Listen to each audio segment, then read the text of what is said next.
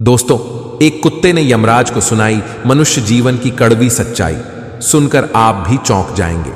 इस प्राचीन कथा में हम आपको बताएंगे कि कैसे एक कुत्ता यमलोक पहुंच जाता है और यमराज से शर्त लगाता है, और यमराज उस शर्त में कुत्ते से हार जाते हैं और फिर यमलोक के सारे नियम बदलने पड़ते हैं। इस कथा में हम जानेंगे भगवान विष्णु ने यमराज को मनुष्य जीवन के संबंध में कौन सा महत्वपूर्ण ज्ञान दिया है। तो चलिए दोस्तों, आपका समय बर्बाद न करके कथा को शुरुआत करते हैं। दोस्तों, प्राचीन काल में मध्य देश में एक अत्यंत शोभायमान नगरी थी। उस नगरी में एक धनवान सेठ रहता था। वह उस सेठ के पास एक लाल रंग का कुत्ता होता है। वह सेठ बहुत लालची और कपटी स्वभाव का होता है, किंतु वह भगवान विष्णु का परम भक्त होता है। वह हमेशा अपने इष्ट देव भगवान विष्णु की पूजा आराधना करता रहता था। फिर एक दिन उस सेठ की भक्ति से प्रसन्न होकर भगवान विष्णु उससे मिलने के लिए पधारते हैं और उसे दर्शन देते हैं और कहते हैं, हे वत्स, मैं तुम्हारी भक्ति से अत्यधिक प्रसन्न हूँ। मांगो, तुम्हें जो भी वर चाहिए, तुम्हारी जो भी इच्छा और मनोकामना है, मैं अवश्य पूर्ण करूँगा। वह सेठ भगवान विष्णु से कहता है, हे प्रभु, मैं आपके दर्शन करके धन्य हुआ। प्रभु, मुझे कुछ नहीं चाहिए, मेरे पास आपका दिया हुआ सब कुछ है। फिर वह सेठ एक सादा कागज निकालता है और भगवान विष्णु से कहता है, हे प्रभु, आप इस कागज पर अपने दस्तखत कर दीजिए ताकि मैं दुनिया के लोगों को भगवान के होने का सबूत दिखा सकूं। आजकल दुनिया में कोई ये मानना ही नहीं चाहता है कि भगवान है। फिर भगवान ने कहा, ठीक है वत्स, लाओ, मैं तुम्हारे कागज पर दस्तखत कर देता हूं। इतना कहकर भगवान विष्णु उस सेठ के कागज पर दस्तखत कर देते हैं और अंतर्ध्यान हो जाते हैं। फिर वह सेठ उस कागज को हमेशा अपनी जेब में ही डालकर रखता था ताकि वह दूसरों को भगवान के होने का सबूत दिखा सके। फिर कुछ दिनों बाद उस सेठ का वह कुत्ता मर जाता है, जिससे वह सेठ बहुत ही दुखी हो जाता है। सेठ का कुत्ता मृत्यु के बाद यमलोक में जाने लगता है। फिर यमलोक पहुंचने के बाद वह कुत्ता यमराज के सामने आकर खड़ा हो जाता है। यमराज उस कुत्ते का लेखा जोखा निकालते हैं और कहते हैं, हे श्वान, तुमने तो पशु का जन्म पाकर भी कोई पाप नहीं किया है। तुमने हमेशा अपने मालिक के साथ वफादारी की है, कभी किसी पशु पक्षी आदि प्राणियों को कष्ट नहीं दिया है। तुमने अपने सभी काम बड़े ईमानदारी के साथ किए हैं। हे श्वान, एक कुत्ते का जन्म पाकर भी तुमने कोई भी घृणित कार्य नहीं किए हैं, इसीलिए तुम्हारे सभी जन्मों के पाप अब नष्ट हो चुके हैं। हे श्वान, अब तुम बताओ, तुम किस लोक में जाना चाहते हो? तुम जहां चाहोगे वहां तुम्हें भेजा जाएगा। तुम जिस प्राणी का जन्म चाहते हो वह जन्म भी तुम्हें दिया जाएगा। हम तुम पर बड़े ही प्रसन्न हैं। शीघ्र बताओ, तुम्हारी क्या मनोकामना है? फिर वह कुत्ता बोलने लगता है, हे धर्मराज, आप चाहे मुझे नरक में भेजो या स्वर्ग में, मैं कहीं पर भी जाने के लिए तैयार हूं। लेकिन मेरी आपसे विनती है कि मैं जिस भी स्थान पर रहूं, मैं किसी मनुष्य के बंधन में ना रहूं, मुझे किसी मनुष्य की गुलामी न करनी पड़े और ना ही मुझे मनुष्य का जीवन चाहिए। आप कृपा करके मुझे कोई उचित स्थान प्रदान करें। कुत्ते की बात सुनकर यमराज आश्चर्यचकित होते हैं और सोचने लगते हैं कि मनुष्य का जीवन पाने के लिए तो देवता भी तरसते हैं, फिर यह कुत्ता मनुष्य का जीवन ना देने की कामना क्यों कर रहा है। फिर यमराज उस कुत्ते से कहते हैं, हे श्वान, तुम मनुष्यों से इतना द्वेष क्यों करते हो? मनुष्य का जन्म पाने के लिए तो बड़े बड़े देवता भी तरसते हैं। पृथ्वी पर तो मनुष्य का जीवन ही सर्वश्रेष्ठ है, फिर क्यों तुम मनुष्य का जन्म नहीं पाना चाहते हो? इससे पहले तुम्हें कभी मनुष्य का जीवन नहीं मिला है, शायद इसीलिए तुम मनुष्य जीवन के फायदे नहीं जानते हो। तुम एक बार मनुष्य का जीवन प्राप्त करके देखो, तुम्हें पता चलेगा कि उसके कितने फायदे हैं। यमराज की बात सुनकर वह कुत्ता कहता है, हे धर्मराज, मैं जानता हूं कि मनुष्य का जन्म कितना अनमोल है, लेकिन मनुष्य बड़ा ही स्वार्थी, धूर्त, कपटी और चालाक होता है। जब वह अपना मतलब देखने लगता है तो सही गलत सब कुछ भूल जाता है। उसकी तृप्ति किसी चीज से नहीं होती। सारे संसार का धन भी उसे मिल जाए तो भी वह संतुष्ट नहीं रहता। उसकी भूख कभी नहीं मिटती है। मनुष्य बड़ा ही असंतोषी होता है। वह अकारण ही दुखी रहने लगता है और दूसरों को भी दुख देने लगता है। मनुष्य मुझ जैसे बेजुबान जानवरों को अपना गुलाम बनाकर रखता है और अपना काम निकलवाता रहता है। इतना ही नहीं, मनुष्य तो भगवान को भी धोखा देता है। इसीलिए मुझे मनुष्य जन्म नहीं चाहिए। यमराज कहते हैं, हे श्वान, ये तुम क्या कह रहे हो? मनुष्य भगवान को धोखा भला कैसे दे सकता है? तुम जरा बताओ, मैं भी तो जानूं। फिर कुत्ता कहने लगता है, हे धर्मराज, मनुष्य जब मंदिर में जाता है तो स्वार्थी मन से भगवान की पूजा करता है। भगवान से कहने लगता है, हे भगवान, मेरा ये काम बना दो, मैं इतने पैसे चढ़ाऊंगा, दान धर्म करूंगा, भंडारा करूंगा, गरीबों को कपड़े दान करूंगा। लेकिन जब उसका काम पूरा हो जाता है तो वह सब कुछ भूल जाता है। आगे बढ़ने की होड़ में वह अपनों का ही शोषण करता रहता है, एक दूसरे की टांग खींचने में लगा रहता है। न खुद ऊपर उठने का प्रयास करते हैं, न दूसरों को उठने देते हैं, न चैन से खाते हैं, न खाने देते हैं। अपना काम बनाने के लिए दूसरों को धोखा देता है। और उसकी धूर्तता तो देखिए, वह भगवान को भी लालच दिखाकर अपना काम बना लेता है। जब काम पूरा होता है तो कहता है, भगवान के पास तो सब कुछ है, मैं उन्हें क्या दे सकता हूं? इस प्रकार से कहकर वो अपनी बात से मुकर जाता है। हे यमराज, इंसानों के बुरे कर्मों को गिनाते गिनाते मैं थक जाऊंगा, किंतु उसके बुरे कर्म समाप्त नहीं होंगे। उसकी चालाकी के आगे तो देवता भी कुछ नहीं है। कुत्ते की बात सुनकर यमराज कहते हैं, हे श्वान, माना कि इंसान बहुत चालाक है, लेकिन वह हम देवताओं को मूर्ख नहीं बना सकता, क्योंकि हमारे यहां जितने भी जीव आते हैं उन्हें हम ही दंड देते हैं। उसने पृथ्वी लोक पर कितनी चालाकी क्यों न की हुई हो, उसे मृत्यु के बाद यही आना पड़ता है। सभी इंसान यहां पर आकर हमारे सामने रोते हैं, माफी मांगने लगते हैं, नरक जाने के भय से और मेरे भयंकर रूप को देखकर थर थर कांपते हैं। सभी मनुष्य हमारे अधीन रहकर ही काम करते हैं। फिर वह कुत्ता बोलता है, हे धर्मराज, आपके पास जितने भी मनुष्य आते हैं वे सब मरे हुए होते हैं। आपका पाला किसी जीवित इंसान से नहीं पड़ा है।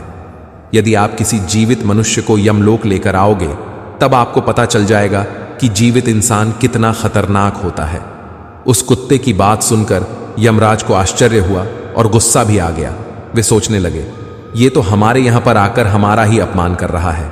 इस तुच्छ कुत्ते को दिखाना होगा हमारे सामने कोई इंसान कुछ भी नहीं है। इंसानों की चालाकी हमारे सामने नहीं चल सकती।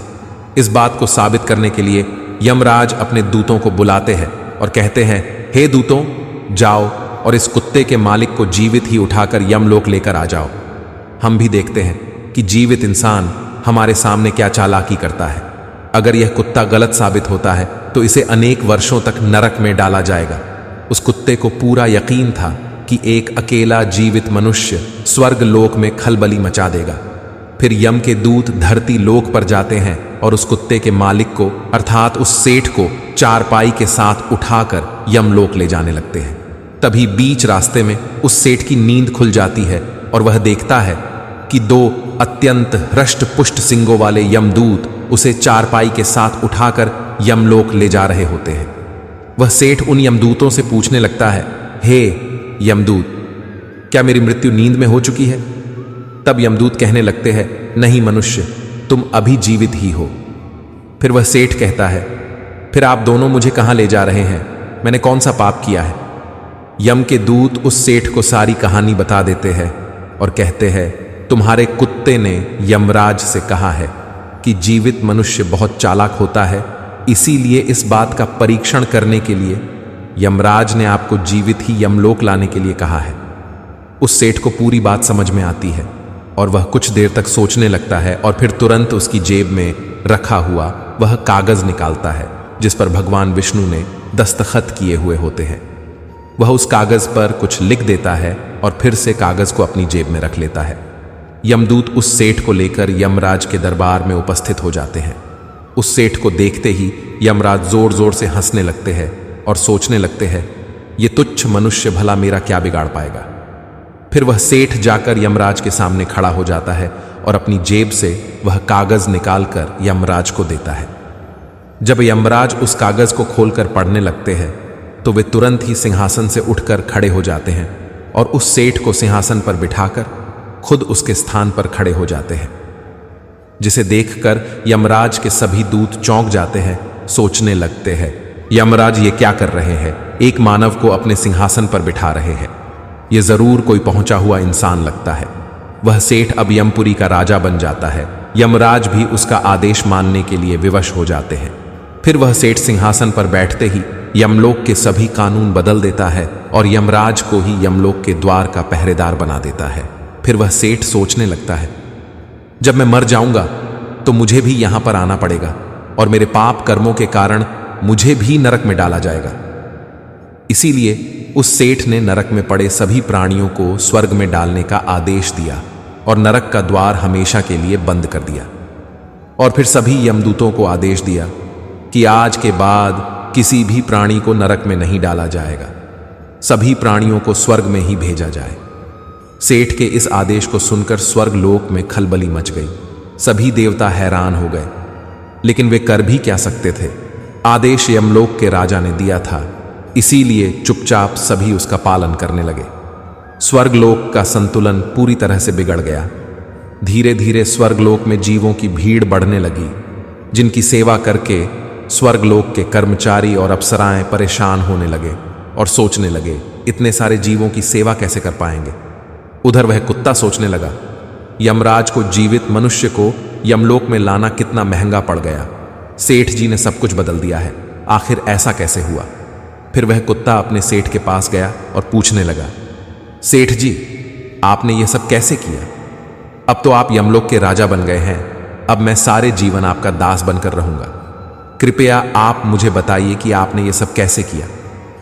तब उस सेठ ने धीरे से उस कुत्ते के कान में कहा, जब मुझे पता चला कि मुझे जीवित ही यमलोक ले जाया जा रहा है, तो मैंने भगवान विष्णु के दस्तखत किए हुए कागज पर यह लिख दिया कि जिस जीवित मनुष्य को यमराज यमलोक बुला रहे हैं, उसे यमलोक का राजा बना दिया जाए। यही मेरा आदेश है। उस कागज पर भगवान विष्णु के दस्तखत देखकर यमराज को लगा कि यह भगवान विष्णु का ही आदेश है, तो उन्होंने बिना विचार किए ही मुझे यमलोक का राजा बना दिया। सेठ की बात सुनकर वह कुत्ता बहुत खुश हुआ और सोचने लगा, इंसानी दिमाग चाहे जहां भी रहे, खुरापात तो करेगा ही। इधर यमलोक का ऐसा हाल देखकर सभी देवता भगवान विष्णु से मिलने के लिए वैकुंठ चले गए और उन्हें सारी बात बता दी। देवताओं की सहायता करने के लिए भगवान विष्णु तुरंत ही यमपुरी में आ गए, तो उन्होंने देखा कि यमराज यमलोक के द्वार पर पहरा दे रहे हैं। फिर यमराज के सिंहासन पर कौन बैठा है? भगवान विष्णु को देखते ही यमराज उनसे प्रार्थना करने लगे और कहने लगे, हे प्रभु, आपकी यह लीला बड़ी ही विचित्र है। धरती के एक साधारण मनुष्य को आपने यमलोक का राजा बना दिया और मुझे पहरेदार। भगवान विष्णु यमराज से कहते हैं, हे धर्मराज, ये मैंने नहीं किया है, ये तो मनुष्य के चालाक दिमाग का कमाल है। यदि तुम जीवित मनुष्य को यमलोक लेकर आओगे तो यही होगा। इसीलिए मैंने मृत्यु के बाद ही मनुष्य को यमलोक लाने का आदेश दिया था, ताकि मनुष्य के सभी दोष और स्वभाव शरीर के साथ नष्ट हो जाए और केवल उसकी आत्मा ही यमलोक में प्रस्थान करे। किंतु आप तो एक जीते जागते मनुष्य को ही यमलोक उठाकर लेकर आए। यमराज से इतना कहकर भगवान विष्णु आगे बढ़े। फिर जब उस सेठ ने भगवान विष्णु को आते हुए देखा, तो वह तुरंत यमराज के सिंहासन से उठकर खड़ा हो गया और बोलने लगा, हे प्रभु, मुझे क्षमा करो। मैंने अपने कुत्ते को नरक में जाने से बचाने के लिए और मनुष्य की बुद्धि का बल दिखाने के लिए ही ऐसा किया। मैं आपके द्वारा दिए गए वरदान का दुरुपयोग नहीं करना चाहता था। हे प्रभु, मैं आपके दर्शन करके धन्य हो गया। अब मुझे किसी चीज की अभिलाषा नहीं है। फिर भगवान विष्णु मुस्कुराए और उन्होंने उस सेठ को क्षमा कर दिया। फिर वह सेठ धरती लोक पर लौट गया। भगवान विष्णु ने भी यमराज को फिर से यमलोक की गद्दी पर बिठा दिया और वे भी वैकुंठ लोक लौट गए। यमराज फिर से अपने सिंहासन पर बैठ गए। तब वह कुत्ता यमराज से कहने लगा, हे धर्मराज, देखिए आपने जीवित मनुष्य की चालाकी। एक जीवित मनुष्य क्या क्या कर सकता है, इसीलिए मैं मनुष्य नहीं बनना चाहता। मनुष्य जब स्वार्थी बन जाता है तो वह अंधा हो जाता है, उसे दोस्त परिवार दिखना बंद हो जाते हैं। लालच में वह धर्म को भी भुला देता है और अनिष्ट कार्य करने लगता है। जब तक वह शास्त्र अनुसार कर्म करता है तभी तक सुखी रहता है, और जब धर्म से विमुख हो जाता है तो क्लेश और बीमारियां उसे घेर लेती है और उसका पतन हो जाता है।